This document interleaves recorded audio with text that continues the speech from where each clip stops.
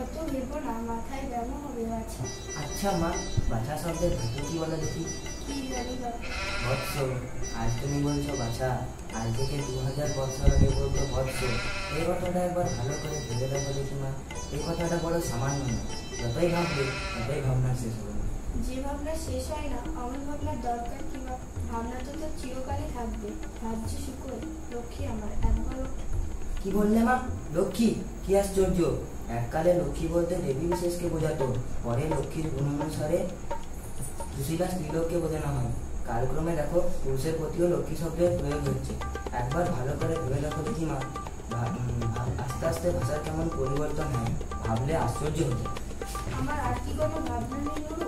আচ্ছা তুই তো ভাবিস, তুই বল দেখি, উপস্থিত কাজ উপস্থিত ভাবনা ছেড়ে কি এই বাজে ভাবনা নিয়ে থাকা ভালো? সকল ভাবনার সাথে সাথে এই কথাটা বলে ভুল করবো না, আমি হঠাৎ এর উত্তর দিতে পারবো না। আমাকে কিছুদিন ধরে ভাবতে হবে, ভেবে পরে বলবো। আমি যে কথাই বলি তাতে তোর ভাবনা থেকে বেড়ে ওঠে, কিছুতেই তা কমে না। কাজ নেই বাবা, আপনার পক্ষে পাঠিয়ে দিই। ছি নুরু, তুই কি পাগল নাকি? ছেঁড়া চাদর, এক মুখ দাড়ি, সমুখে ভাত নিয়ে ভাবনা। সুবলের মা তোকে দেখে এসেই কুরুক্ষেত্র। কুরুক্ষেত্র? আমাদের আর্য গর্বের শ্মশান ক্ষেত্র। মনে পড়লে কি শরীর রোমাঞ্চিত হয় না? অন্তঃকরণ নদী হয়ে ওঠে না? আহা, কত কথা মনে পড়ে, কত ভাবনায় না বেড়ে ওঠে। বলো কি মাসি, এসেই কুরুক্ষেত্র? তার যে বলো না কেন, কিন্তু কুরুক্ষেত্র। এই যে কাঁদতে বসলো, আমাদের কথা শুনে শোক করতে হয়। কাজ নেই বাবা। ছি দিদিমা, সূর্য তো অস্ত যায় না, পৃথিবী উল্টে যায়। বসো, আমি তোমাকে বুঝিয়ে দিচ্ছি। তোমার মাথা আছে, মুন্ডু আছে, কিন্তু মাথা যে বদ্ধ, মাথা যে ঘোরে না। তোমারই ঘোরে না, তোমার রকম দেখে পাড়া বসলে মাথা ঘুরে যায় না। তোমায় বুঝতে হবে না, এদিকে ভাই জুড়িয়ে গেল, মাছি ভ্রমণ করছে। ছি দিদিমা, এটা যে তুমি উল্টো কথা বললে। মাছি তো ভনভন করে না, মাছি ডানা থেকে ওরকম শব্দ বেরোয়। বসো, আমি তোমাকে প্রমাণ করে দিচ্ছি। আজ নেই, প্রমাণ করি। তোমার মামাকে দণ্ডবোধ করো। ছি মা, ওকে ভুল শিখিও না। একটু ভেবে দেখলে বুঝতে পারবে, ব্যাকরণ অনুসারে দণ্ডবোধ করা হতেই পারে, দণ্ডবোধ হওয়া বলে। কেননা বুঝতে পেরেছো মা, কেননা দণ্ডবোধ মানে। না বাবা, আমাকে সে কথা পরে বুঝিয়ে দিলেই হবে। এখন তোমার ভাগ্নিকে আদর করো। আদর করবো? আচ্ছা বসো, আদর করি। কিন্তু কি করে আদর আরম্ভ করি? বসো, একটু ভাবি। আদর করবি, তাতেও ভাবতে হবে না? ভাবতে হবে না মা?